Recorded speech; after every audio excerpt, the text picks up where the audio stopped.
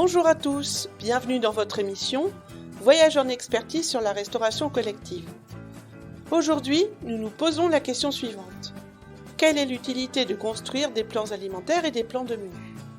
Ces deux outils sont à rattacher au processus opérationnel numéro 1 relatif à la gestion des denrées et nous allons voir pourquoi il est important de ne pas les confondre.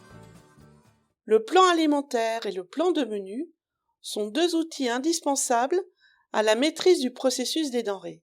Sans eux, difficile de s'assurer au préalable que l'équilibre alimentaire est respecté, difficile de passer des commandes au plus juste des besoins, mais également difficile de piloter son budget alimentaire. Qu'est-ce qu'un plan alimentaire? Il s'agit d'un ensemble de structures de repas organisées de façon à respecter variété et équilibre alimentaire au fil des semaines. Par exemple, dans le domaine scolaire, le plan alimentaire va couvrir pendant 4 semaines 5 jours de menu par semaine. Il se présente sous la forme de tableaux hebdomadaires dans lesquels figurent des catégories de produits comme les crudités, les féculents, le type de viande, les produits laitiers, etc. Le plan alimentaire est souvent conçu selon les recommandations du GEM-RCN, ou Groupe d'études des marchés en restauration collective et nutrition, groupe qui élabore des guides pour aider les acheteurs publics à élaborer leur cahier des charges dans les cadres de contrats de restauration collective. Les recommandations du GEM-RCN fixent des objectifs pour améliorer la qualité nutritionnelle des repas, basés sur ceux du Plan national nutrition santé, le PNNS, lancé pour la première fois en 2001. Le fait que le plan alimentaire corresponde à des structures de repas et non à des menus rédigés pour une durée déterminée permet d'enchaîner plusieurs fois le même plan alimentaire sans problème d'équilibre ou de lassitude. Le plan de menu, lui, est la déclinaison concrète du plan alimentaire en recettes culinaires.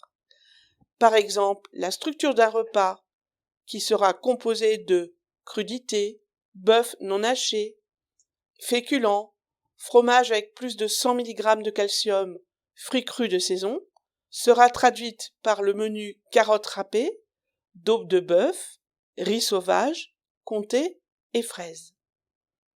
Le plan alimentaire et le plan de menu sont des outils qui représentent un gain de temps dans le fonctionnement de votre cuisine, du passage des commandes jusqu'à la confection des plats.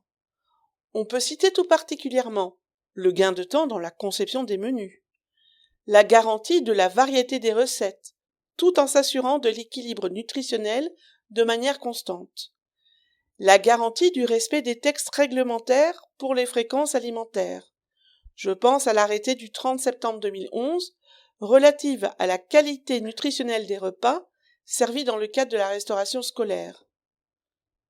C'est intéressant également pour l'anticipation de l'organisation du travail de l'équipe et de l'utilisation du matériel de préparation et production.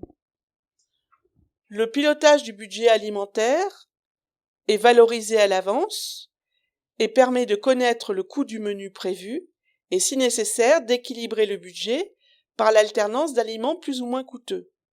On peut communiquer les menus à l'avance.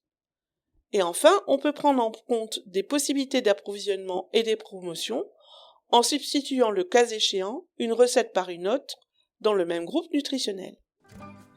J'espère que cet épisode a répondu à vos attentes et lors du prochain épisode, nous aborderons la loi Egalim, sujet qui fait partie du premier processus support, celui de la politique des normes et de la réglementation. À bientôt!